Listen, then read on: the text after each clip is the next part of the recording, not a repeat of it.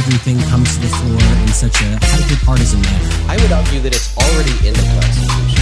We've overtaxed people. People like to legislate by emotion. I'll pull up my pocket version here. 1,000-page omnibus bills that nobody knows what's in it. Hello and welcome to another episode of the Omnibus Podcast, Minnesota's best weekly breakdown of political news inside or outside the Capitol. I'm your host, Jeremy Munson, a former state representative from southern Minnesota, and like usual, we are joined by the great Walter Hudson, fresh out of his first legislative session. Walter, welcome, and thank you for joining again. I know it's been a busy last couple of weeks, and we missed a show last week. I'd like to talk to you about kind of a wrap-up of the legislative session. We're not going to get through all the bills that passed, but I'd like to spend this episode talking about some of the more impactful bills in people's lives that they're going to realize now is enacted into law, and it's a great opportunity for us to talk to the Democrats and the independents out there to remind them of what passed and how it's going to impact their lives. But first, I wanted to mention a couple things in the news. Today it was announced that Target is going to be moving all of their transgender pride crap from the front of their store to the back of their store, and actually are removing a few of the items like the children's swimsuits for little boys that want to wear girl swimsuits and tuck their junk in a pouch in the swimsuit, and some breast binders and things like that that were really geared towards transgender children and were upsetting a lot of customers. Target is known for their LGBTQ, the rest of the alphabet activism, and this was a win for angry parents who were trying to protect their kids from this. Did you guys talk about it at all in St. Paul, or what are your thoughts? I mean, it didn't come up in conversation in St. Paul. We had, I don't know if the bigger fish to fry is the appropriate term, but we were so inundated with the bills that were before us at any given moment that any off-topic conversation wasn't getting a whole lot of play. But certainly, I mean, this is par for the course, and it's very indicative of the types of battles that we've been fighting this legislative session, in particular on the trans refugee bill, where, I mean, we've gotten well past, I mean, people talk about normalization. Normalization is last decade. Like, we're well past normalization. This is now an inquisition. This is now, you will convert, you will confess with your tongue the gospel of transgenderism, and if you fail to do that, if you're not willing to do that, we're coming after you. And beyond that, we're going to impose it on your kids. We're going to teach it in school. We're going to put it in on the store shelves right at their eye level so they can see it. We're going to create onesies for gay babies. I mean, that's not even an exaggeration, right? So yeah, people are pushing back and fighting back, which is, it's about time. Welcome to the party, pal, and let's get this thing started. Yeah, well, and this comes on the heels of this big pushback on Bud Light that happened back in March, I think, when Bud Light offered a custom Bud Light can to a guy that was celebrating his 1-year anniversary of being a girl, and there was a big pushback from Bud Light's customer base. Clearly, Bud Light didn't know their customer base and was be upset about this. And Bud Light is now sitting rotting on the store shelves, and the Bud Light is offered to take all these cases of beer back from the retail stores and wholesalers that are expiring because they've been out there so long and the sales have just plummeted. Target didn't want to set an example like that, and so they've pulled back. Now, I used to work at Target at their headquarters in downtown Minneapolis. And the culture at Target in the headquarters, in the skyscraper, is very pro LGBTQ, whatever. And it's, I mean, the employees who are transgender and gay they have rainbow name badges for Target, and everything is very pro trans rights and pride. Everything, it's just over the top. And I'm sure that headquarters is kind of reeling from what happened, but it was a decision not made in a few stores in the Bible Belt. That was a decision made to pull it from the shelves across the entire United States and online. So those products are not even available online anymore. So it was a big win, and hopefully other stores and brands are taking note that it's one thing to be supportive of gay rights, but it's the transgender and children that it has crossed the line, and parents are pushing back. Yeah, I had somebody on Twitter tweet me a picture of like a adult T-shirt that was like Mickey Mouse as a rainbow saying Pride or whatever, and it was from Walmart. And they're like, "See, what are you going to do now? Boycott Walmart?" And it's like, you do understand the difference between adults and children, right? Like the idea that an adult is going to buy a T-shirt with a gay Mickey Mouse on it is a little bizarre, but it's not going to cause a boycott, right? When you start doing it on onesies and having books that are tailored towards little children who are just learning to read, trying to indoctrinate them into the LGBT nonsense, that's a bridge too far. And what I think the one thing that we need to take note of is that this win and the Bud Light win, these two, we talk about these as wins. All that happened here is that they tested the waters and found out that it was too hot to handle, and so they backed up a little bit. But you better believe they're going to come back. They're going to keep trying to do this. They're going to keep trying to push this, especially in schools. They're going to try to do it in places like Target, Bud Light. That's in your face. The school you don't see. You send your kid to public school, and for the most part, you don't know what's going on there. I mean, my kid today told me that he was going on a field trip to a local movie theater to see some claymation movie. And in the back of my head, I'm like, boy, I really want to know what this is because I don't trust it because I know how things go, right? It's sad that that's the world that we live in now, where we can't trust the people. We literally can't trust the people who we do entrust with the care of our children to not try to corrupt their minds and groom them to some degree. But that is, in fact, the world that we live in. Yeah. Well, it's a good segue to talk about one of the first bills that I want to bring up, which is the conversion therapy ban. And I've been back and forth on this bill when it was first introduced, and only had to do with converting people who were gay to be straight. And that's the idea of the conversion therapy ban, is that you shouldn't be allowing doctors to do therapy on someone to set them straight, and to go out and advertise that. Counseling for someone who thinks they're gay or is confused should still be allowed to discuss it with someone. Well, what the conversion therapy ban that was introduced this session does is it addresses not only homosexuality, but it also addresses transgenderism. And it says, if you're a medical professional, you're a counselor, a school counselor, this is going to be very impactful for school counselors. If you're a school counselor and a student walks into your office and thinks that they're a different gender, the only thing you can do is affirm their gender. You can't say anything that would end with them going, I guess I'm not the other gender. And right. Now all of a sudden, someone that's going to a doctor or a counselor because they're confused and they need help, they're not going to get a conversation to help them deal with this. They're going to only get someone who transitions that child.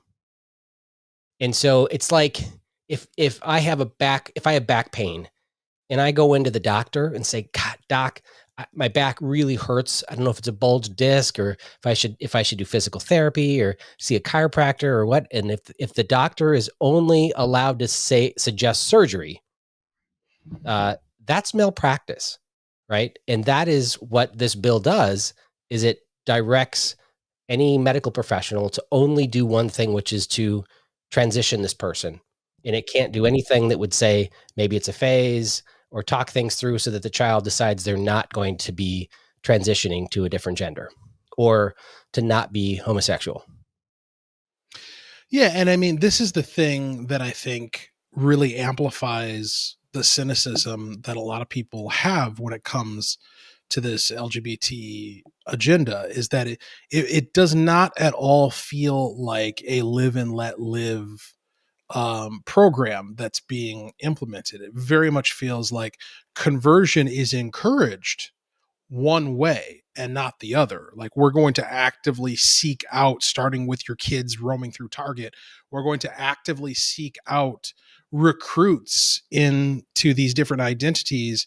And once they start to question, it becomes this kind of like psychological ratchet where you could only move in one direction, and it's towards any given LGBT identity, and not at all in the direction of what they call cisgender or just straight, or what I would just plainly call normal.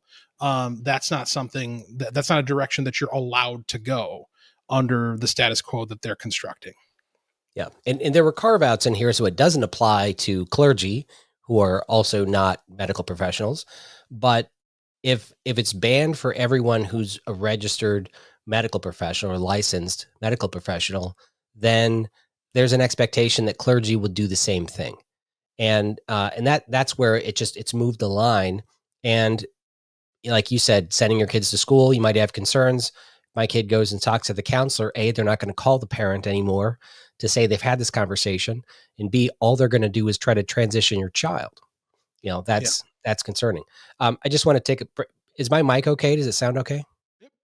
Okay. It's just the thing I'm seeing for the image. It looks really weird. It looks different, but okay. Yours looks very strong and mine looks very weak, but that's the way it always is. And it turns out okay in the end. Okay. So I think that the transgender ban, which is not, it's basically a one-way street for transitioning children, by any medical professional. I think that was a terrible bill. And, looking back, Republicans had an opportunity to take that bill and say, you know what, if it's just for children, we could ban conversion therapy, but we're also going to be banning converting therapy. Right. I mean, conversion from one direction, it should be a both way blocked. You can't have professionals push one way or the other. They have to be completely non-biased. And yes, we can't do any prescriptions for puberty blockers or surgery on children either. Yeah. I mean, that's the way it ought to be. Is in my view is you ought to be 18 before you engage in any of these irreparable interventions to try to quote unquote transition yourself into something other than what you were born. And that's right in line with our expectations in virtually every other area of law. I mean, you can't even sign a contract, right, before you're 18 years old, or smoke a cigarette until you're 21. Now in the state of Minnesota, it used to be 18. Drink a beer until you're 21. These are all things that we recognize that folks of a certain age don't have the mental capacity or wherewithal to be able to make decisions about, and yet we're going to lean full tilt into the idea that they can make these irreparable changes to their body and physiology, in their late teenage years or earlier, depending on who you're dealing with. Yeah. So I don't know what the exact enactment date of this new conversion therapy ban is, but I'm assuming it is immediate. There's also part of this bill is a ban on medical assistance in Minnesota care covering conversion therapy, but there wasn't a billing code for conversion therapy anyways, and so it really doesn't have any effect. Let's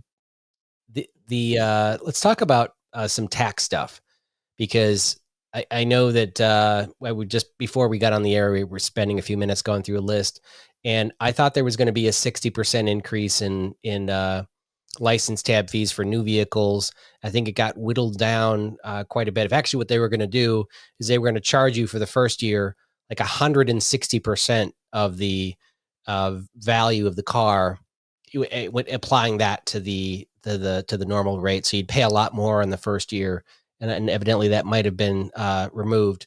But they did increase the license tabs to you're going to be paying about 30% more throughout the life of your vehicle, and they've increased the sales tax from 6.5% to 6.875. Just, another huge tax. And I hate sales tax on cars because you already have license tab fees. And some cars, you buy them, you drive them for 12 years until they're basically garbage. And then sometimes people buy a car, drive it for 2 years, sell it again to a dealer, and you end up paying that sales tax, huge tax on your vehicle over that same car would generate multiple sales tax, throughout its life. And it's a huge fee. Yeah, well, I mean, they hate cars. That's the bottom line, and they don't want you in one, and they're pretty explicit about it. Especially the more metro activist set within the Democratic caucuses are pretty explicit in their desire for a walkable future, which of course is completely unworkable for anybody who has a family and has, on average. I went to a economic capacity seminar, which it was a fascinating experience here in Wright County this morning. And one of the statistics that was offered by King Banyan, of all people, who you might recognize as a guy who on the radio, is that the average commute for somebody in the 7-county metro area, the average commute is 30 minutes by car. 30 minutes. So this idea that we're going to transition to a future where you don't drive a car is pretty ludicrous. And yet that is taken seriously as a public policy goal by the Democrats in this state. Oh, something related. I made a post today. There was a Fox 9 article that talked about the Bill Dooley Bicycle Safety Act, which passed the legislature, was included in the omnibus bill. And this one allows bicyclists to ignore stop signs. So they can come up to a stop sign and just slow down to see if there's any cars coming. And if they don't see a car buzzing through, then they can just fly right through the stop sign. And why can't I do that? Why can't I do that in a car? Well, I mean, we do that. I can do it faster than they can, right? Yeah. So, yeah. In addition, on this bill, if a bicyclist comes up to a red light and they're stopping and they don't see any cars coming, they can go through the red light. And it allows them to take a right-hand turn on a red light or a left-hand turn on a red light if it's a one-way without stopping. So just go right into, I mean, it wouldn't be traffic because there's not supposed to be cars there, but this is terrible. And I'm not a big overly regulation guy, but I've been a little perturbed about the electric bikes out there because, I know that I'm not going to ride my bike 20 miles to work, but I was at Shields a few months ago and I was looking at the e-bikes and this guy said, "Hey, you want to take it for a test drive?" I'm like, like around the store. And he's like, "No, we'll drive around the whole mall." So we went outside and drove this bike and you don't even have to pedal. It has a throttle on it. And it's like a motorcycle and you just hit the throttle and you go. It goes 20, 28 miles an hour. And you haul ass and you don't have to pedal. It's like the perfect bike for me. And so if I lived back in the cities when I used to live in Minnehaha Creek in South Minneapolis, I used to take the bus to work every day. I would ride a bicycle, an e-bike to work. And with all these bike lanes they have now, actually would probably be faster than taking the bus. And if I can drive through red lights, easy, right? But it's already so hard. My daughter's going through driver's training. She has to worry about motorcycles and cars out there. But to have bicyclists flying through stop signs and going through red lights, that's just a horrible idea for public safety. And I think it's going to cause more lawsuits for insurance companies if you hit a bicyclist and they had a right to be crossing the red light because technically they can. I just think and this is a little piece of the transportation omnibus bill, but it's just something that caught my eye and I noodled on it for a while. And I did a post about how this not just applies to bicycles, but to e-bikes, which are basically like electric motorcycles. Yeah, I mean, this is a huge pet peeve of mine. I mean, I like riding a bike as much as the next guy, but this modern evolution of bikes into becoming like this ultimate protected class of transportation that, you get onto a bicycle, e-bike or not, and you're just immune to all traffic laws, which was basically the status quo before, right? Because it's not as though the laws were being enforced against bicycles in any meaningful way. And they certainly have had the attitude and the behavior and the disposition that they can do whatever they want on the roads. And they're largely right about that. I remember the good old days of when I was growing up, when we were taught that if you're on a bike, you're a pedestrian. You need to be on the sidewalk. You're not in the street. You need to keep out. It's dangerous for you to be in the street. Stay out of it. Ride on the sidewalk. yield to, look both ways, stop, make sure no cars are coming. Cars have the right of way. They're important. You're not. You're on a bike. I mean, that's what we were taught as kids. And that makes logical sense because in an accident, you want to talk about safety? In an accident, the car wins every single time. There is absolutely no reason why you should be putting yourself in a situation from a safety perspective where you could potentially come into conflict with a car.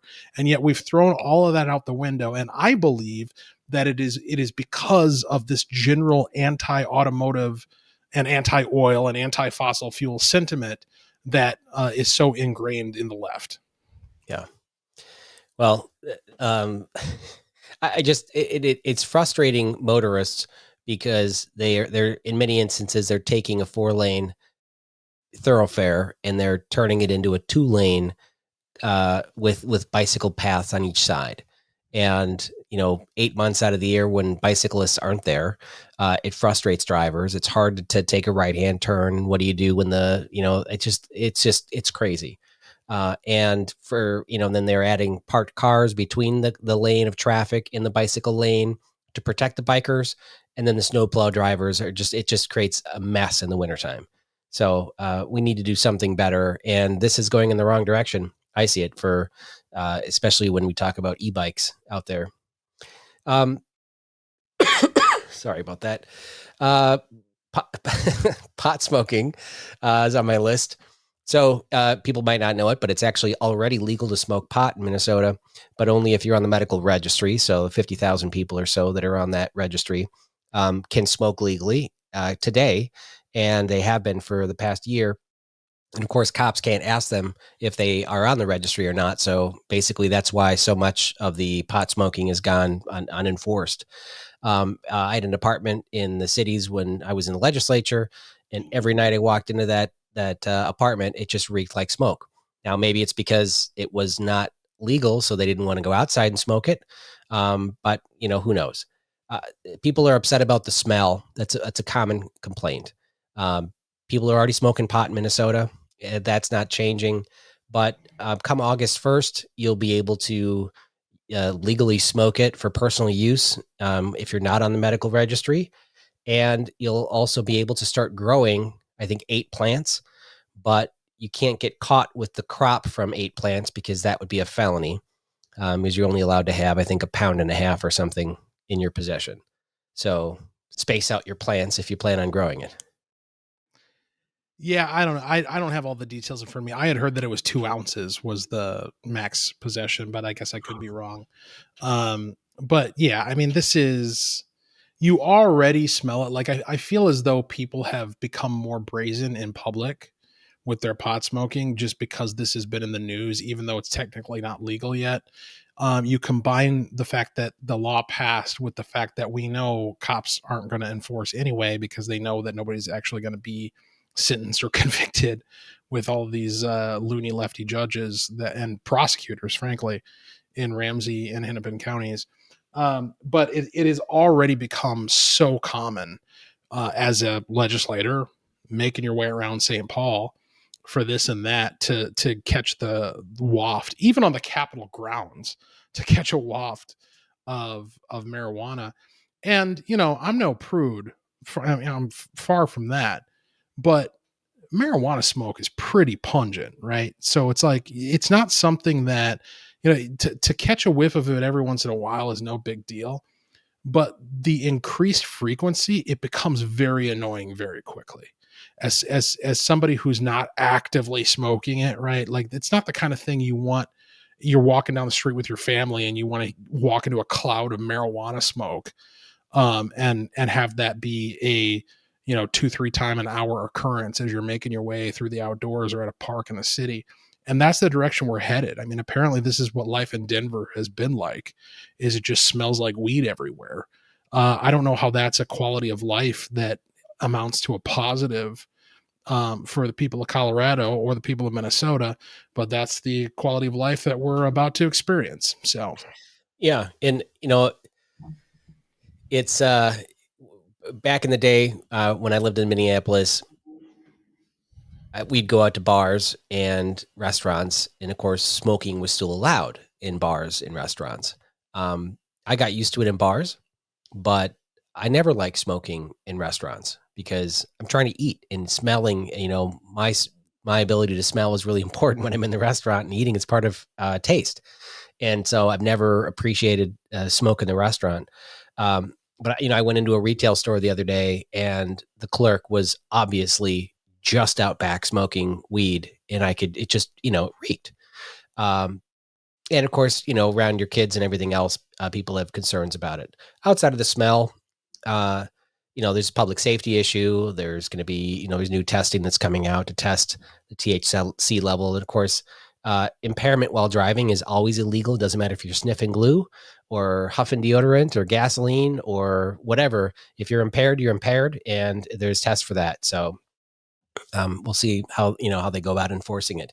Interestingly enough, come August 1st, you'll be able to smoke marijuana legally, but you won't be able to buy it anywhere. So it's going to just magically appear. And of course, when they talk about licensing growers have asked, well, where are we going to get the seeds? Because it's illegal to transport seeds across state lines. So those two are just going to magically appear. But but once the industry gets started, they'll start licensing growers, wholesalers, and retailers, and that should be up and running sometime next year. Fun times. Yeah.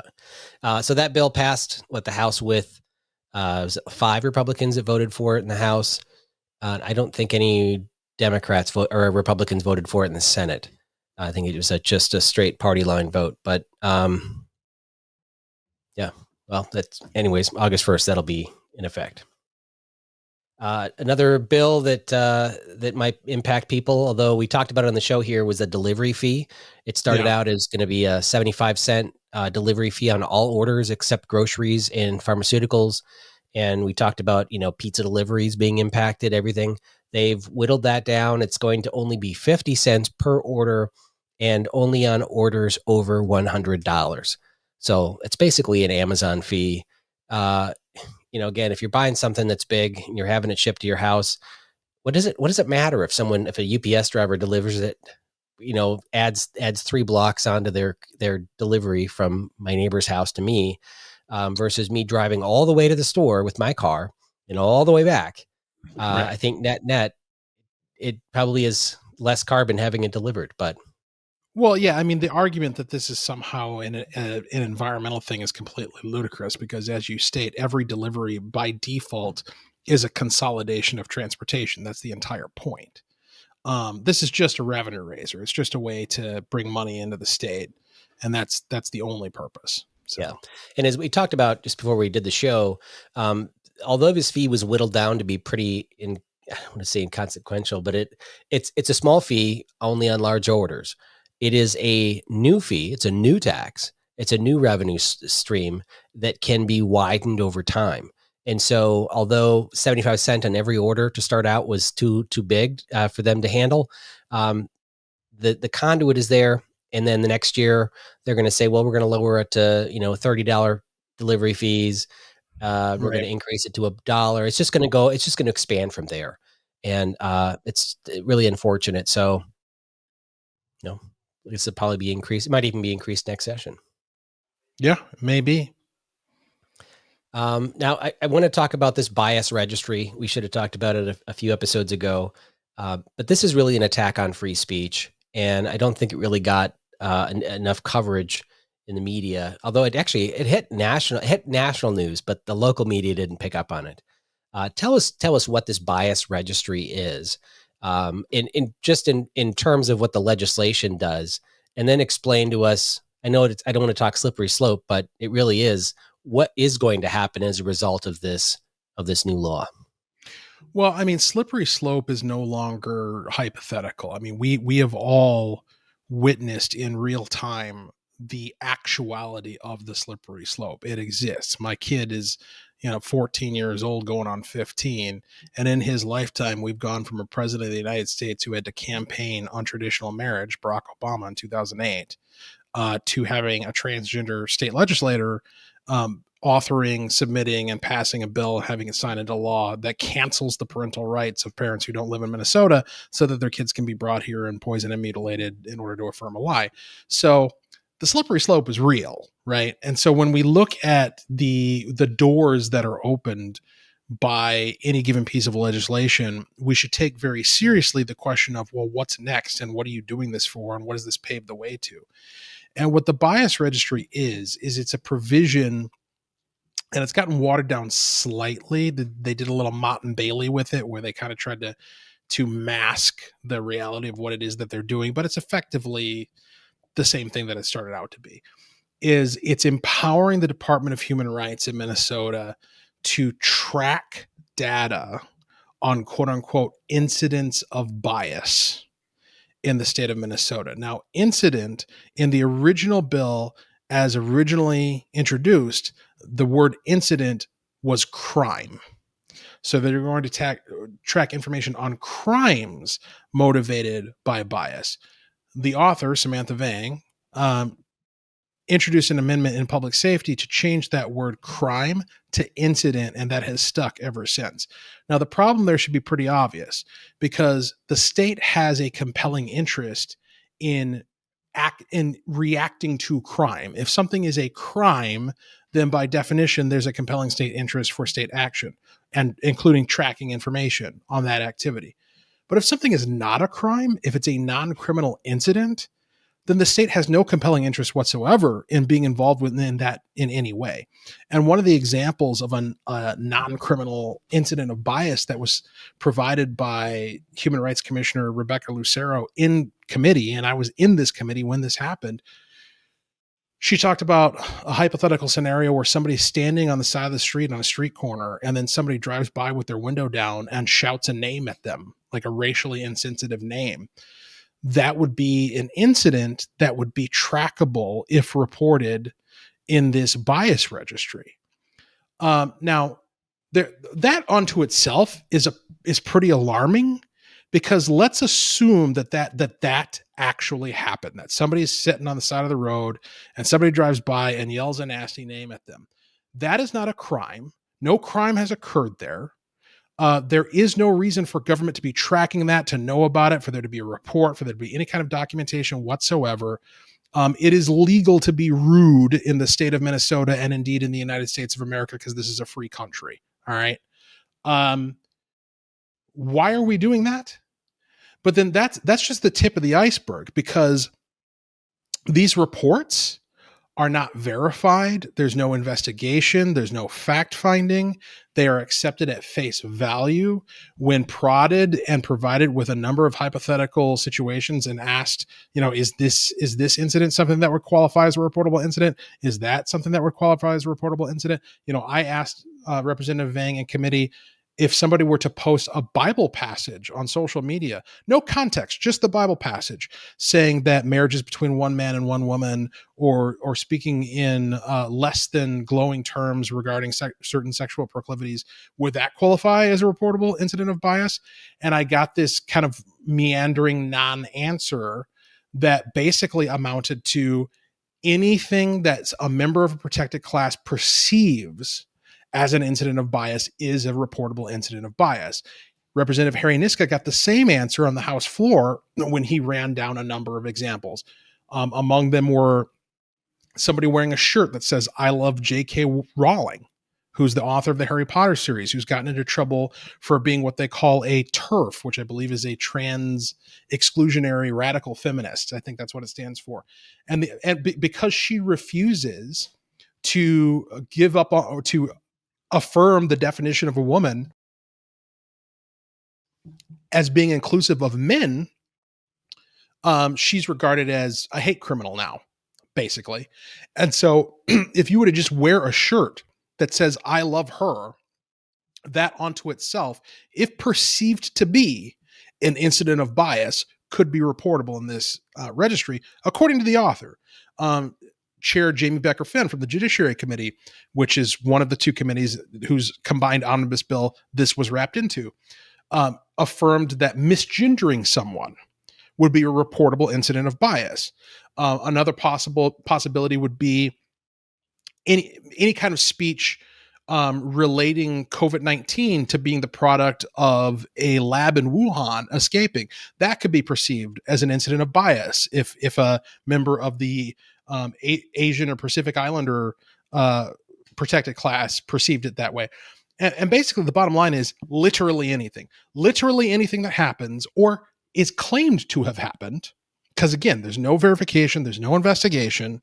So you could make up something and it's going to be accepted at face value and entered into this database. And the question from there becomes, to what end? Like, why? Well, first of all, just for the listeners, who reports this? Is it the person who perceives it as a threat or was hurt by it, whose feelings were hurt? Are they calling a snitch line and saying, this happened to me and it was Walter Hudson? Or is it the police that are basically going to say, there's no crime here, so let's just shoot an email to the human rights thing and let them deal with it? My understanding of the bill, and in taking into consideration the way in which questions like that have been answered, both in committee and on the House floor, is that literally anyone making a report is going to have that report accepted. So you don't necessarily have to even be the person who perceived it. You could be somebody who perceives to have witnessed something that happened to somebody else. And if it offends you, then you can enter it into this database, right? And that's kind of the point, is all of these questions at root, all of these questions about how it works, what the real underlying question is, what's the limitation? Where is the outer boundary of what this allows? And the answer is there isn't one. There is no limitation. There is no outer boundary to what this allows. So by default, they can do literally anything, both in acquiring this data and utilizing it in the future. And so, the question becomes, why do they want it? What are they going to utilize it for? And the closest thing they've given to an answer is saying things like, well, we're going to stop hate, which that's nice and vague. What the hell does that mean? Stop hate. What is hate and how are you going to stop it? We want to know what's going on. That was a verbatim from Jamie Becker Finn. We just want to know what's going on, which, by the way, that's incredibly embarrassing for her. She's a constitutional lawyer. And I had to make this case on the House floor in response to that, telling her, listen, that's why we have warrants, right? Like if you go to a judge and say, I want a warrant for such and such and so, and they ask you why, what's your evidence? And you say, well, I just want to know what's going on. Like any judge worth their salt is going to laugh you out of the room. And literally that's what this constitutional lawyer, Jamie Becker Finn, is suggesting as the justification for just accepting non-criminal. I mean, this isn't even involving, like, a warrant is investigating a crime.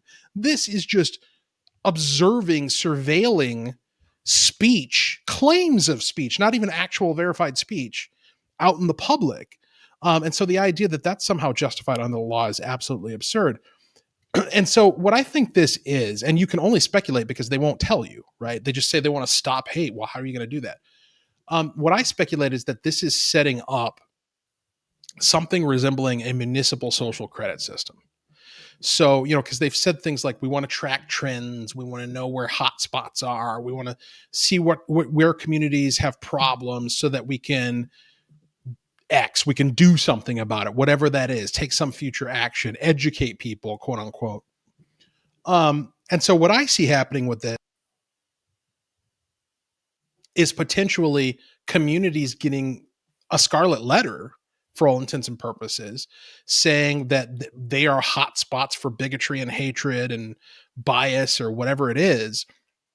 And then on the basis of that, once they have that label, I mean, there's any number of ways in which you could penalize or discriminate against them, whether it comes to something like transportation funding or education funding, funding for anything, really, and imposing onerous mandates on what they do in terms of housing or whatever the case may be.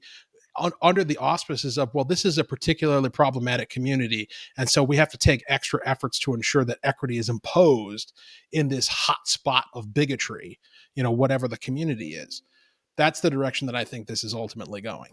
Yeah. Oh, that's really insightful of you. And I think that, in government, there's a lot of nonpartisan funding formulas that extend to, a lot of different factors, and then throwing in this, hotspot of bigotry factor could impact a community's funding for schools or roads, bridges, whatever.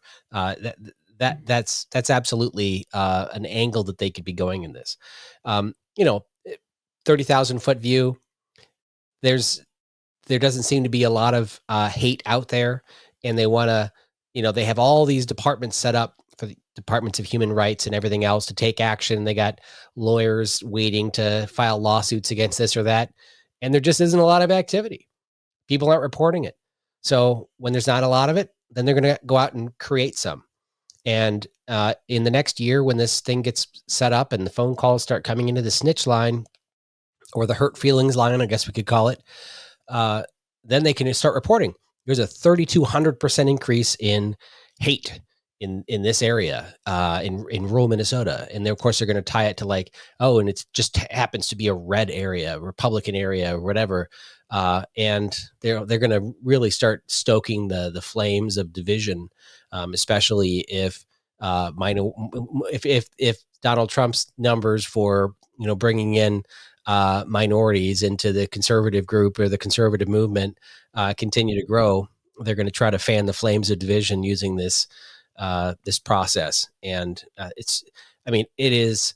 I got into an argument with Jennifer Carnahan, a former chair of the state party, because she was talking about how she was talking about speech, and she said hate speech is not allowed or whatever. It's actually, hate speech is protected speech. As much as you hate it, hate speech is protected speech. It is part of free speech. And it is part of what makes this country great, understanding that that people can say whatever they want, and it can infuriate you. But if you realize that it is their right to say that, and you can go right back at them and have a conversation. But it's not something that you should be, talking about, that hate speech is illegal and that you should round up people because of it.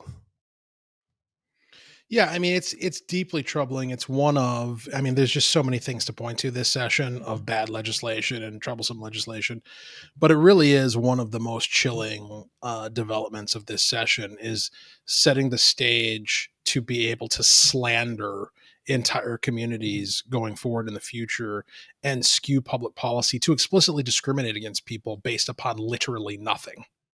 Yeah. And I guess we'd be remiss if we didn't talk about the big bills. Obviously, the abortion bill that passed, the PRO Act, as they call it, red flag laws, universal background checks. These are enormously detrimental to liberty and protecting life. But we're just trying to get into the details of the smaller bills that passed to highlight them. I want to talk a little bit about elections, and we'll probably do more detail in a later episode. But the election bill that passed it really set. I want to say this: it's really important to make it easy to vote. I like the fact that we have all these options. I personally get ballots mailed to me. I don't have an option of voting in person for the past 18 years. Ballots have been mailed to my house automatically because my township opted out of having in-person elections. It's actually very convenient, and mail-in ballots have a really high rate of being returned. So my community, a large percentage of us vote. However, every time you make it easy to vote, you must also work to ensure that you are securing the election. So whenever you make it easier to vote, you have to balance that with increased security and in assuring that your vote isn't canceled by someone who's voting who shouldn't be, or who's voting twice, or who's voting for someone who's not there and just got a ballot delivered. So all of this is really important. The Democrats this year made it even easier to vote, but they did absolutely nothing to increase the security and the integrity of our elections. And that is, that's really frightening. We don't have voter ID. Okay. We'll continue to fight for that on the conservative side. But something that is very bipartisan in most states and is so common sense is to have provisional ballots.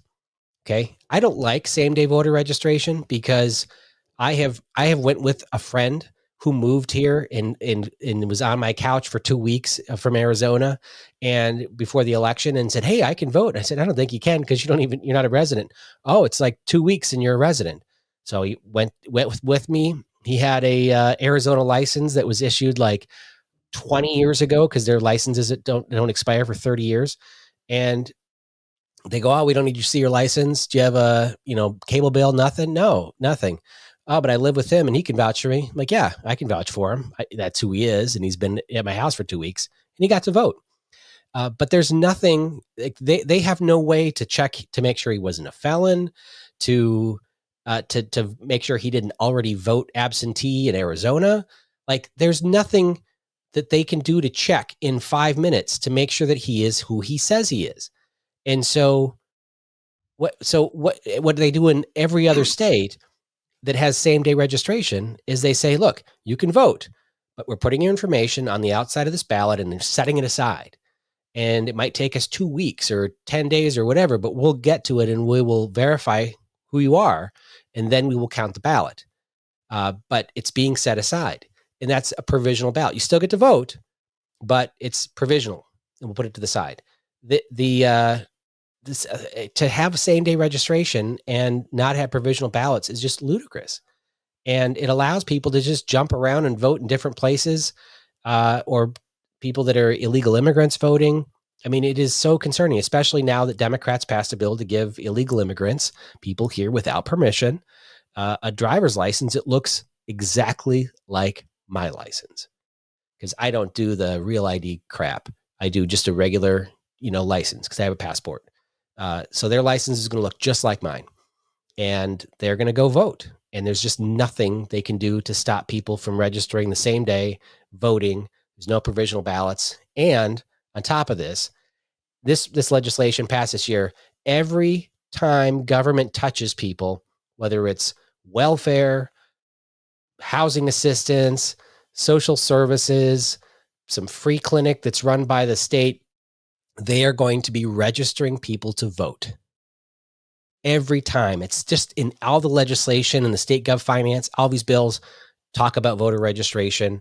If you bring a 15-year-old to go get their permit, they're going to be automatically put on the voter registry so that when they turn 18, they're going to go vote. I mean, they're doing everything to churn out the vote so the DFL machine can harvest ballots. It's all about turnout for them. And they have weaponized this in all legislation. And Republicans who only vote on election day, for the most part, they're going to lose elections unless they get in the game of churning out votes. 100%. I mean, I really can't add much to your analysis. It's pretty comprehensive, other than to emphasize where you ended, which is that if Republicans have any hope of overcoming this, we have to play this game. We have to change our approach to elections. No longer is it send out a bunch of mailers in late October and get out the vote and blah, blah, blah. No, we have to be out there as soon as humanly possible, not only registering people to vote, but helping them sign up to get their ballots, checking back in with them in whatever amount of time it takes them to get their ballots, asking them if it's been filled out, collecting it, getting into ballot boxes, because that's what the left is doing. And, I made this case on John Justice earlier this week, and I had a mutual friend of ours text me a link to an article from the Federalist arguing against this and saying, "Oh no, we can't do this. Republicans can't just accept this corruption of our election system and think that we're going to be able to play the same game. We'll never be able to succeed playing the same game. The Democrats have too big of a machine. It's futile and it's against principle and blah, blah, blah, blah, blah." You know what wasn't in that article? any workable plan for how we're somehow going to win elections without doing that. This is the only way to stop everything. And that is to become better at them at collecting ballots and putting them in boxes and overwhelming their capacity to cheat, which there is a functional limitation on that. I've got a colleague, a Republican representative from the Iron Range, who won her race by 15 votes in a recount. If the Democrats had an unfettered, uncapped capacity to cheat, that never would have happened. There is a functional limitation to how much they can cheat, and we need to overcome it by getting better than them at collecting ballots and getting them in boxes. And we need to get over this whole nonsense of we're going to somehow outsmart the system by waiting until election day or waiting until 6 o'clock on election day and trying to fool Keith Ellison and fool Steve Simon into thinking that they're good, and then there's going to be this surge of ballots towards the end. That's not going to work. We need to bank more ballots than them from day one of being able to bank ballots. Right. And in Minnesota, you can start casting ballots, I think, 45 days before an election. And you can vote early in person, and you can send in your ballots by mail. You can request that be sent to you. I told you I live in a mail-in ballot district, so I don't have an option of voting in person. Everything is mailed automatically 45 days to every single registered voter. Now, the Democrats didn't pass that legislation this year, which they talked about doing before, doing automatic vote ballots to every single registered voter.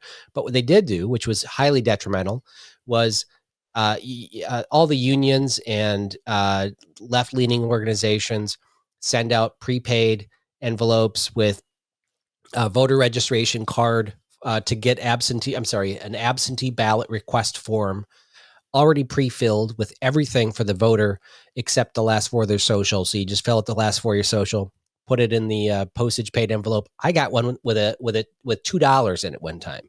They sent some union sent it to my wife because she worked for a university for a short period of time. They had two $1 bills in there. Please fill this out. It'll just take 5 minutes. We'll give you $2.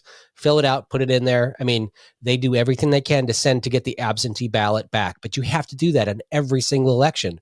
Once for the primary, once for the general. Well, what they did now this year is they did one request for life. Send me a ballot for life. Right. Regardless if I move out of state, keep sending the ballot. If I die, keep sending the ballot. And that is where Democrats are just giddy over having passed that into law and signed into law, because it is that is what we have to get out and do. Now, Republicans, including people in the party, were sending out messages about don't trust the mail. They lose ballots, and postal workers are Democrats and all this kind of stuff. Well, for me, I live in mail-in ballot districts, and I had a majority of the precincts in my house district were mail-in ballot only. So, what are you telling the people in my district? Not to vote because they live 40 minutes away from the courthouse to bring their ballot in. So, we have to play this game. We have to do it. We have to do it better than they do.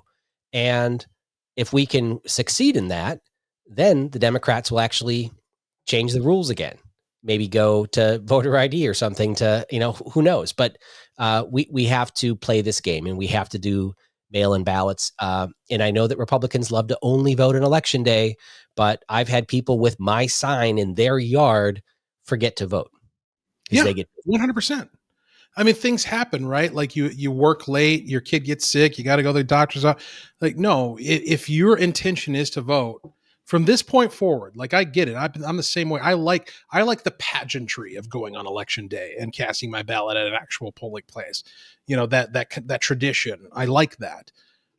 I'm going to get over it real quick here, right? Because my ballot needs to be banked as soon as possible so that I can focus on banking other people's ballots. That's what we need to be doing. And one last point I'll make on this, for the part of what has contributed to this election mythology that has been built up certainly since 2020, but even before that, is the idea that you can't trust the polls and the mainstream media is lying to us, or it takes one of two forms, right? So it's either the polls are accurate and they didn't match the outcomes, so that proves their shenanigans, or they'll say that the poll said one thing and the outcome was another, therefore the polls are BS. Well, neither of those two things are necessarily true. I'm not saying there aren't election shenanigans. We know that there are. But what I'm suggesting is that the polling hasn't gotten worse. You listen to somebody like Steve Dace, who cut his teeth in data analysis, electoral analysis, and polling. You look at the Trafalgar Group, who was a polling operation that they were the ones who predicted, they were the only ones who called Donald Trump as winning the election in 2016. They were relatively accurate in 2020. They weren't accurate at all in 2022. You want to know why? It's not because they became retarded. They don't know how to do polling now. That's not what happened. What happened is that the behavior of the electorate has shifted. More people are voting early, more people are voting absentee. And so when you get polls like the Trafalgar poll late in, like, I think mid-October, that predicted that we were within 1% with Walz Jensen, and then Jensen gets blown out by 8%. It's not that Trafalgar was wrong. It's that 50% of people had already voted. And they voted at a time when the polling was 15 points, 12 points, whatever, in favor of Walz. And so you take that aggregate of when everybody voted and what the polling was at that time, and the polling was actually accurate. So what we're seeing now is we're seeing a scenario where you can't just look at polls as a predictor of what's going to happen. You have to look at polls as a finger in the wind of where sentiment is on a particular day, and then factor that into where the sentiment has been all along and what percentage of ballots have been cast up to that point. It's taking the science and making it much more complicated than it has ever been before. Yeah. Now, I'm not opposed to having voting for a week or 2 or 3 weeks ahead of the election. But it's when you run a campaign, there's a timing of things when you want to like punch back or you want to do this. It used to be when you had only one day to vote on election day that you could just be inundated with the October surprise that the big hit pieces that would hit right before election day. Well, we don't have an election day anymore. We have an election 6 weeks. So you can't hit me with something that I can't punch back in, and if you're going to hold off until election day, 60% of people already vote early. So it doesn't matter. You're not going to change things. It's actually, it's much harder to come in and just pound people in elections when you have a 6-week election period. Now, if for the Republicans listening who are still insistent on, I'm only going to vote in person on election day because that's how I'm going to prove that I'm doing it right. Look at Arizona. Arizona had tons of early voting for Democrats. And then all the Republicans that came out on election day, they gave them the wrong size ballot. The actual paper was different on the extra ballots that they printed, and it didn't get scanned in the machines right. And they purposely did that to screw up votes on election day because the majority of the people voting on election day were Republicans. Don't give this to them. Vote early, vote by mail if you have to. And then, like you said, go spend a month out canceling the votes of all your liberal friends by every door you knock on, every ballot that you can get sent in early and get done and check it off. That's how Republicans can win. Yeah, and it's a great sales pitch too, especially for conservative voters. You walk up to the door and the first thing you say is, how would you like to never have to talk to anybody ever again this entire election? Yes. Fill out your ballot, get it turned in. You'll be checked off the list, and this will be the last time you ever have to hear anybody asking you how you're going to vote. Yeah. I mean, I called Jim Hagedorn a lot during the election seasons. And I used to harass him because I'm like, I got 4 more mailers this week from, your campaign. I voted a month ago, and the Secretary of State updates their list at 10 a.m. every morning with all the ballots that come in. I've been off that list because I voted a month ago. Stop wasting your money. Take those people off your list. It's wasted. But yeah, it's anyways. One more thing on the elections I want to talk about. Did national popular vote stuff get through? Yes. Okay. So for those listening, people, I got in an argument with somebody. You can't cancel the Electoral College. You can't cancel the Electoral College. You're right.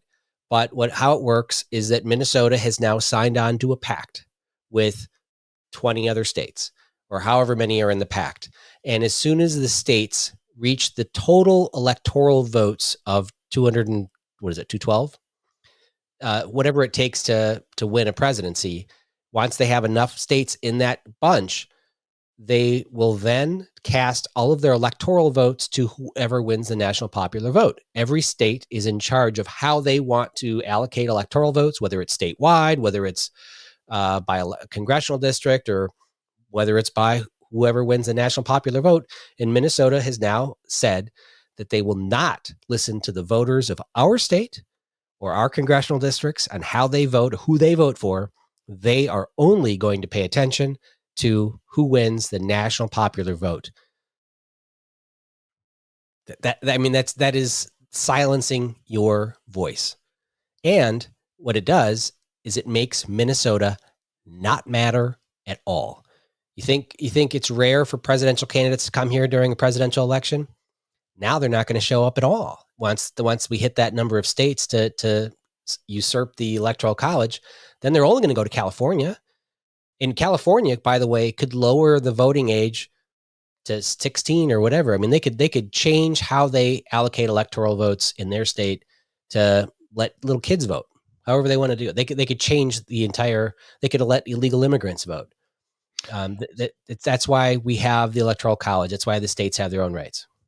So I'm going to argue with you a little bit. And I voted against the omnibus bill that National Popular Vote was part of. And if it had come as a standalone bill, I would have voted against it.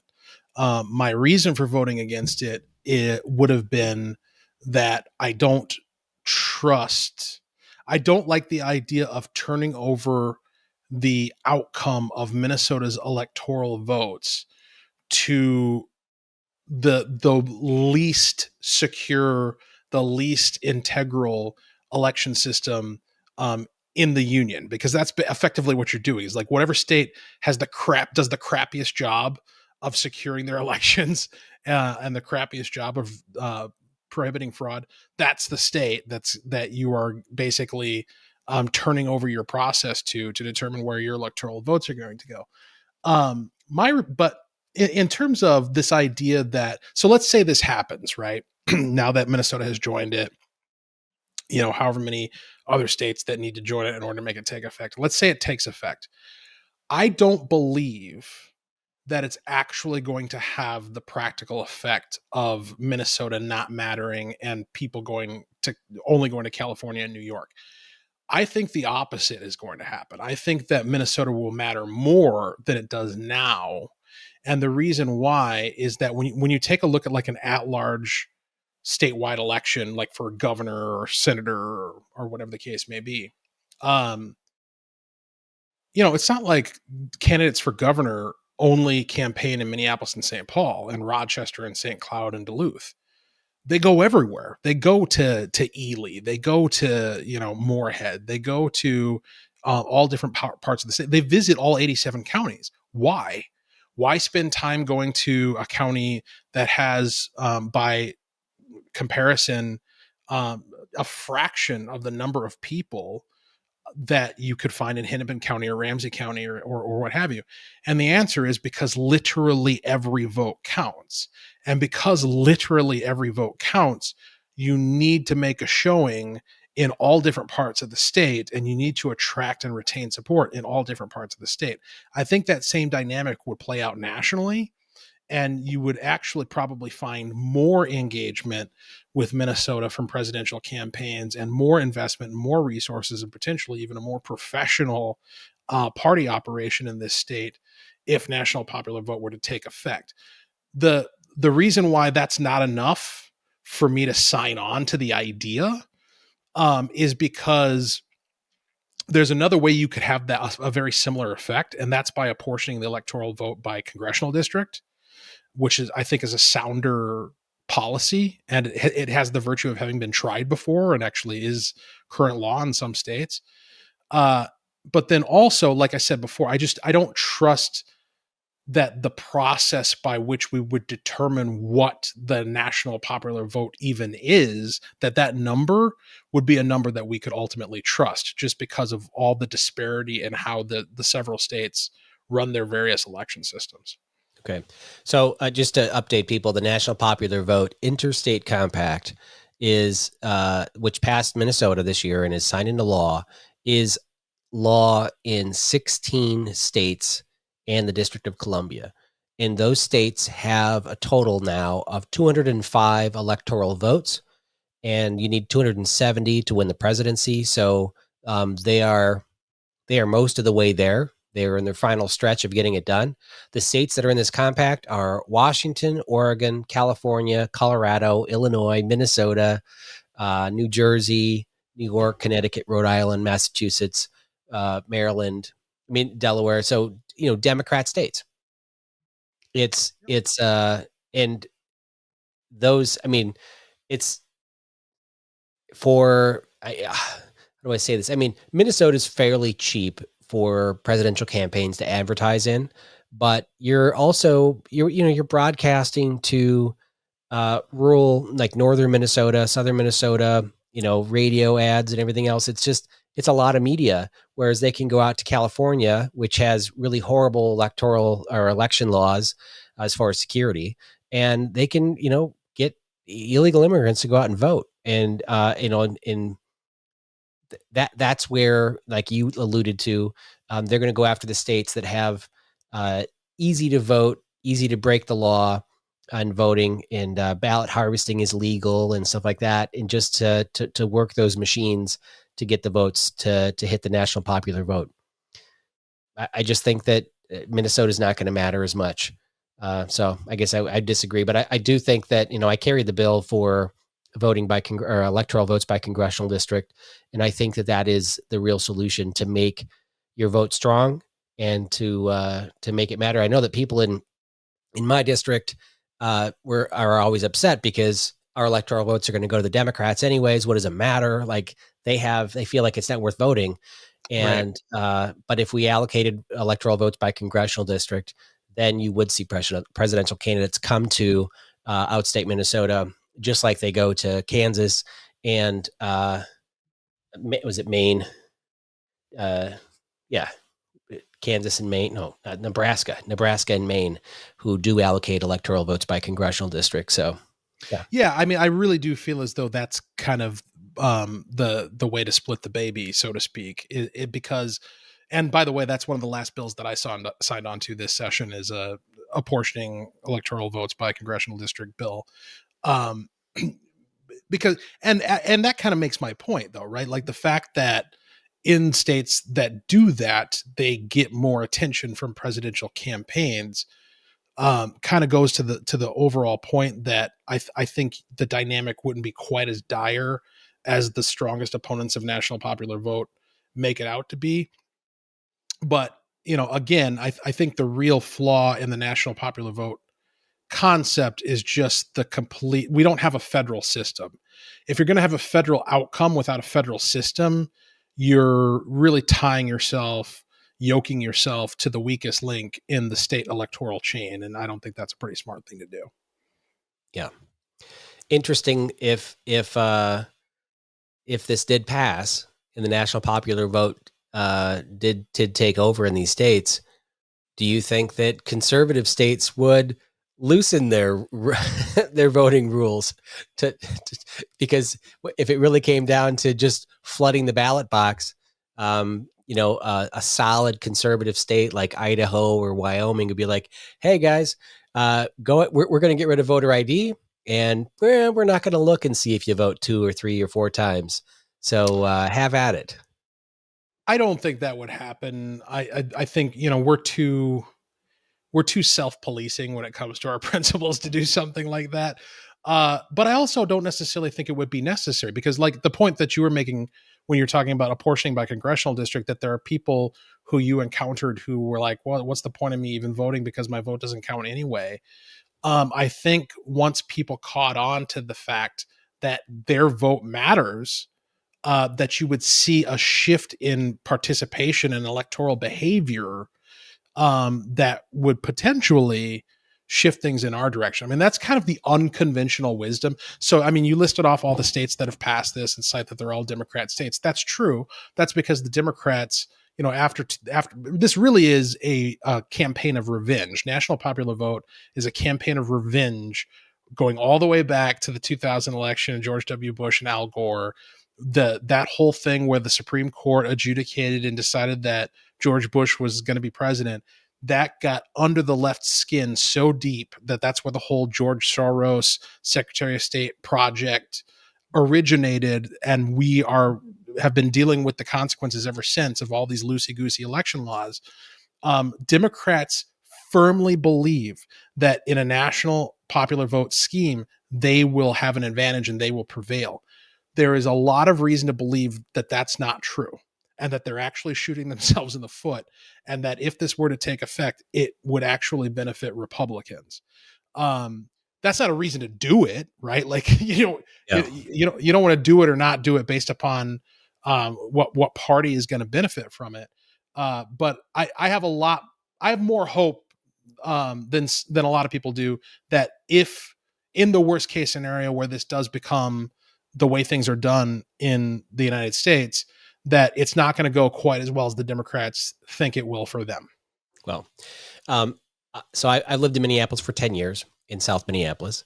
I lived in New York City, and I lived in Los Angeles. So big blue areas. And I know conservatives that live in each of those cities that don't vote because it doesn't matter. So I think that if we had a national popular vote where their vote actually would count, that they might get out and vote. So there's that. But you look at California, I don't think they have to cheat much in California to win. There's probably a few congressional districts if they do, but for the overwhelming majority, I mean, especially for electoral votes, they don't even have to lift a finger in cheating. If we had national popular vote, California would all of a sudden have twice the people voting or some ridiculous amount. It would be crazy. All right. I know we're over time here, but I just wanted one last thing. I just have to pound on Republicans a little bit this week, and that's for caving on the bonding bill. And I know we talked about it 2 weeks ago.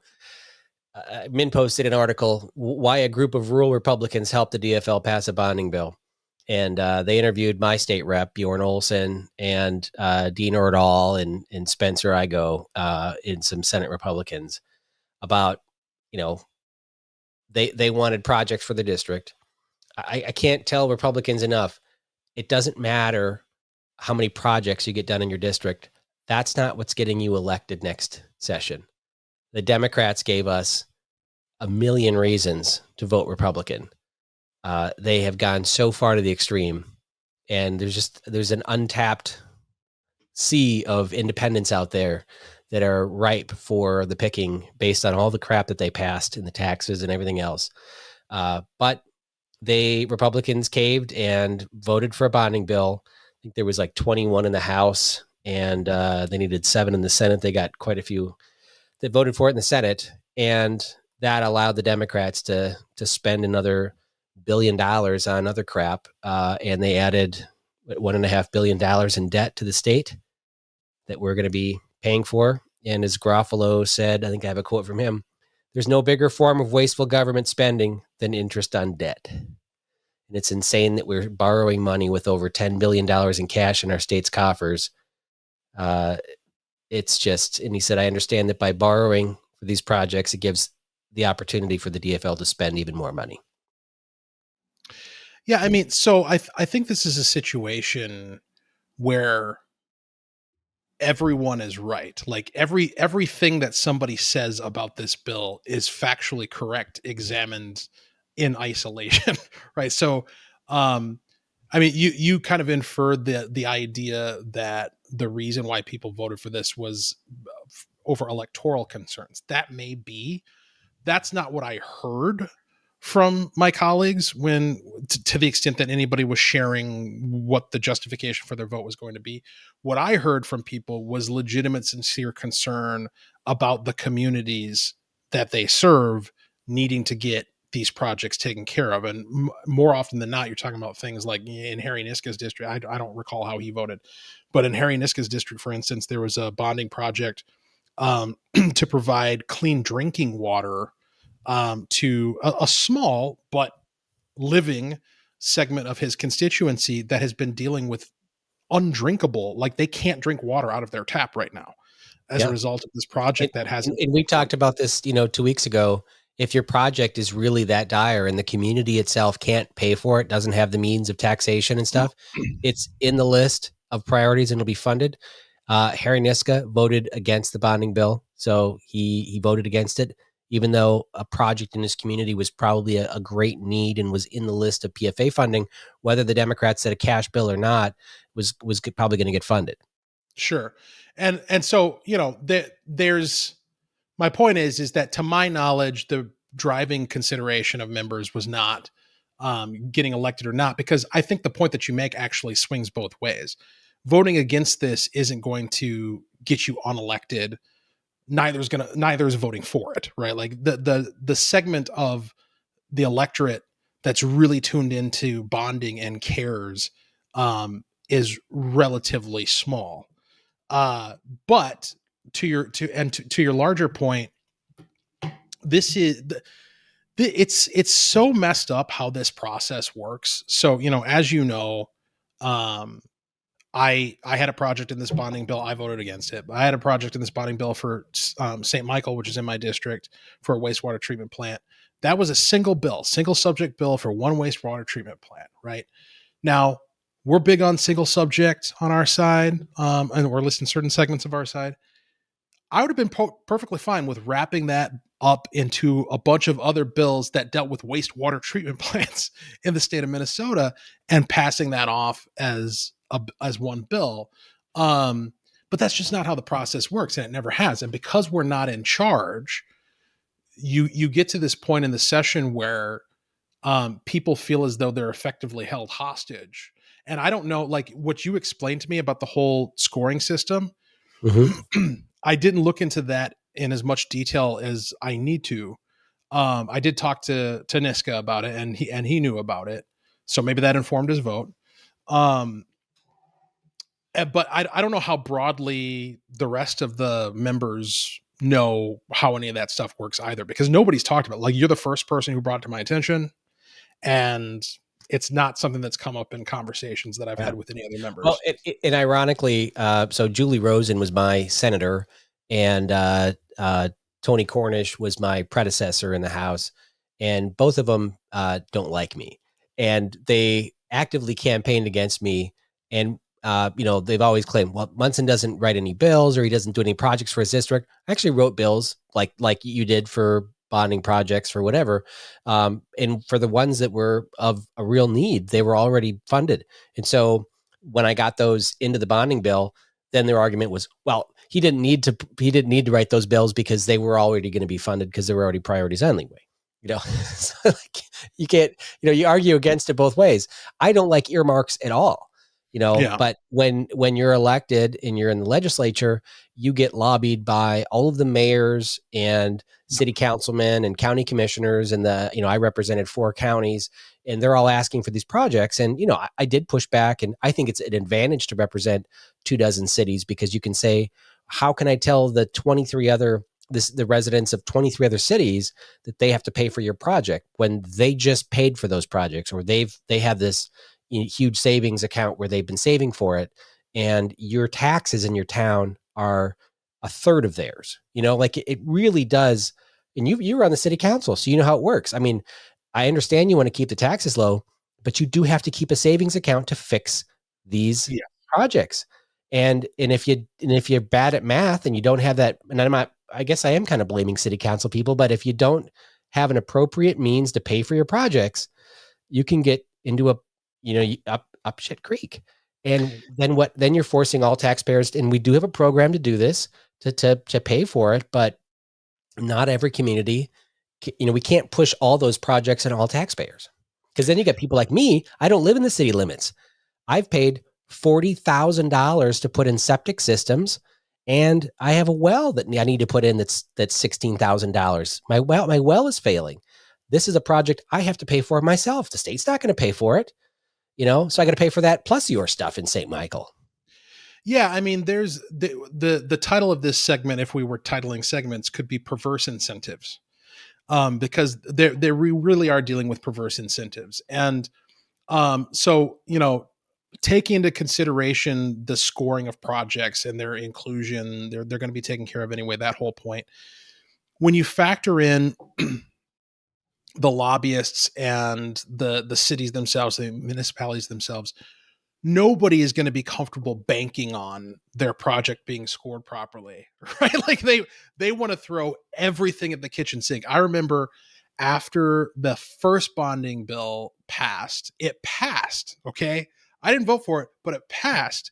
The next day, the St. Michael lobbyist was hitting me up to request a hearing on my bill. And I'm like, what are you talking about? Like, it just passed. Why do I need a hearing? Well, there might be another bill or whatever the process is. So the point is that they are not going to leave any stone unturned. They're going to cover their butts. And even if something looks good, even if something looks like it's going to succeed through this path, they want to make sure they have like 4 or 5 other paths lined up just to make sure that project gets through. And so I think there's a lot of that going on that might be informing people's votes. But then also, it's funny listening to you talk about it, because it's like I could take you and Pat Garofalo and Kurt Doubt, and the three of you could do like a barbershop quartet singing about the horrors of bonding, and you'd all be in harmony. Nobody has argued this point more sternly than Kurt Doubt has, both in caucus and on the House floor. But one of the points that he makes, and he uses the example of his own community in Zimmerman, who, that's in my day job service area. So I go up there on a fairly regular basis. And indeed, they have just built a magnificent new fire hall, and I believe it's an event center as well. But they did it on their own dime, right? They didn't bond for it.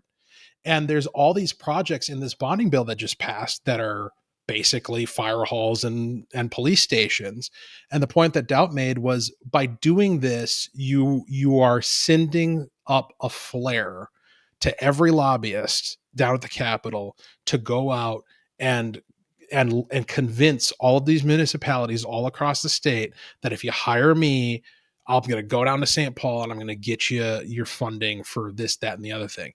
And by shifting that, the political dynamic and the economic dynamic to where that becomes an expectation, it is going to push cities to be less responsible with their planning, less responsible with their savings and their capital improvement funds and all of these things, their comprehensive plans, because they can bank to some degree or another on the legislature bailing them out when times get tough. It absolutely fuels bad behavior. Interesting that Kurt said it. I know that, I'm not going to say he's a lobbyist, but he works for a public policy firm in DC that is paid to lobby for bills. But he's absolutely right. My city, Medilia, my neighboring city, just built the beautiful fire hall. They did it on their own, didn't bond for it. Madison Lake, another town in my old district, they wanted a new fire hall. They're like, well, can we ask the legislature for money? And I said, this isn't something that should be in the bonding bill, because every community has it, and this isn't a dire need. Your old building works. It'd be nice to have a new building, but the other one works. It isn't like it's a public health concern with drinking water, or you can't flush your toilet, And I checked with the bonding chair, and he's like, no, we don't put those things in the bonding bill because every community has it. So, Kurt's right. Absolutely. And Pat, I love him. He's been talking about breaking the bonding bill into 5 pieces for a long time. But obviously the only reason they don't do that is because the miscellaneous category of corn museums and Jolly Green Giant museums, like Rosen had for a bill, those don't get funded because nobody else wants to fund the Jolly Green Giant Museum or the Corn Museum. It's the garbage in there. And Erdahl was the chair of bonding when we were in the majority. And he always gets in money for his opera house out in his town, where his wife's on the board. And it's not a big town, but a lot of towns have old failing opera houses, and it's not an interest of all taxpayers in the state of Minnesota to pay for this. Certainly not to pay for it on credit. And then once it's in the bonding bill, You're talking union jobs, prevailing wage, everything else that goes into effect, and it raises the cost of things 20, 30% on top of that. So, I posted all the people that voted against the bonding bill. Thank you to all of you that stood strong, and to the Republicans that voted for it, that gave the Democrats a big fat credit card. Yeah, I'll raise a finger to you. So it's just, it was just a kick in the teeth at the end of session. You guys jacked the budget to over $72 billion. $72 billion. I mean, it hit $50 billion like last session. I mean, it was just like, it's doubled in 8 years, or just crazy. So I've talked about, I have a bill for a constitutional amendment that would limit the state budget to 5 1/3 of state personal income. I was doing the math on it today, and I'm no statistician or economist, so quick and dirty math. But if you take like the gross domestic product of Minnesota in 2022, I want to say it was $350 billion. That's how much was produced in the state of Minnesota in 2022. $72 billion is 20% of that. 20%.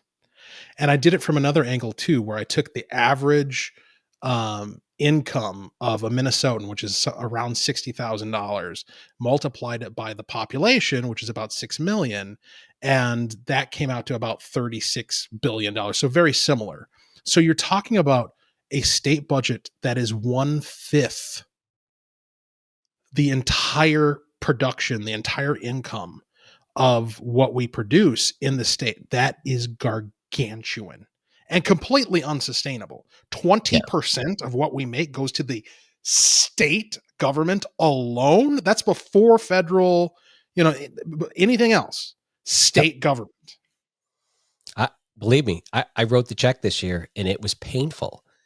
It's just, I can't believe, it used to be that taxes for your, you do your federal taxes, and then the state was like, because you turbo tax or whatever, you do your federal, like, oh man, and then you do the state, it's like a little bit, and you're like, that stinks too. But it's incredible how much the state is taxing. It needs to stop now. So while we're in the interim, you're done with session. You don't have to go back until February of next year. So you get a big break. By the way, we're paying you every month.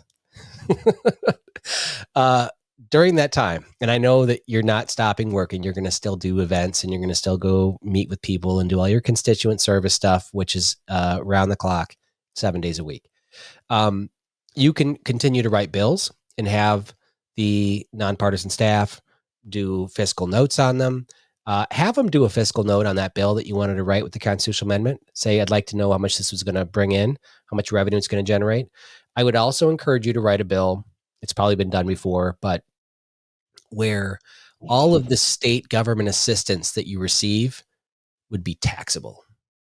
So if you get housing assistance, if you get welfare, if you get Medicaid and medical assistance, all government benefits show up on your tax form, so that your adjusted gross income, maybe it's just the state adjusted gross income, but somewhere on the taxes, people have to see how much money they actually received. And you would find that people that are on a ton of government programs might have an income of $60,000 or $70,000. And so, and maybe you would apply the low, the tax bracket, like you have to figure out and show people what they are actually getting in benefits. And all of a sudden, maybe, anyways, I would encourage you to write a bill like that. And then they'll come back to you and say, well, if they're getting this, then are they not going to qualify for this anymore? Well, maybe let's go down the list of things that maybe don't qualify for anymore because they're getting so much money from in-government assistance. That would be an interesting bill to write and an interesting conversation to have with the public. And who knows? Maybe you'll get you won't get a hearing on it, but it would be, but you could offer it as an amendment and speak to it. And you can talk about the fiscal note if you can, and they'll be more likely to do fiscal notes in the interim between sessions. So it's going to take people, 20 hours of work at the Capitol to actually do this analysis. But I think it would be really, really powerful to and you could pick different categories of people and how many benefits they're receiving, and then you can talk to the facts when they start talking about more and more welfare benefits next session. Yeah. Well, I mean, that's ultimately what they want, though, right? They they want everybody. I think when you look at the fact that they included in the education omnibus bill, anybody making under $80,000 gets free education or free college tuition for their kids, and we talked about that pretty comprehensively on previous episode. But I think that's pretty indicative of what they view as the line beneath which you should be getting stuff from government. $80,000. What? That's you're poor, you're needy now if you're under $80,000. And there's a sense in which because I just said the median income in Minnesota is 60, the median. Okay. So they've drawn kind of an arbitrary working threshold of oppressed versus oppressor at $20,000 above the median state income.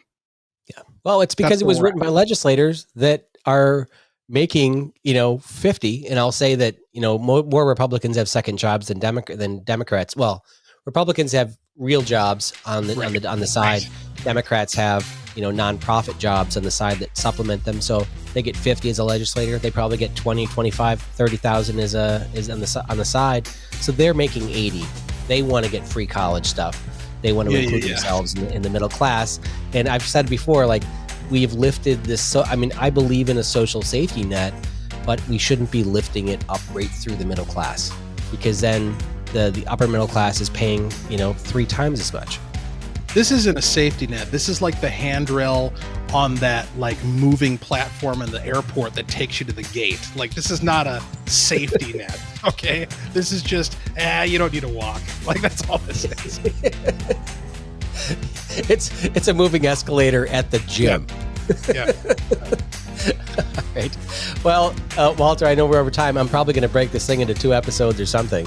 But I really appreciate you for jumping on, and I'd like to do a couple more of these to break down some of the bills in the legislative session and let people know what's law. And, you can't lobby legislators to stop it, but you can at least remind your neighbors and devise a plan to go out and win the next election next year to elect Republicans up and down the ticket. So thanks, everybody, for tuning in to another episode of the Omnibus Podcast, where all subjects are germane. I'll pull up my pocket version here. 1,000-page omnibus bills that nobody knows what's in it.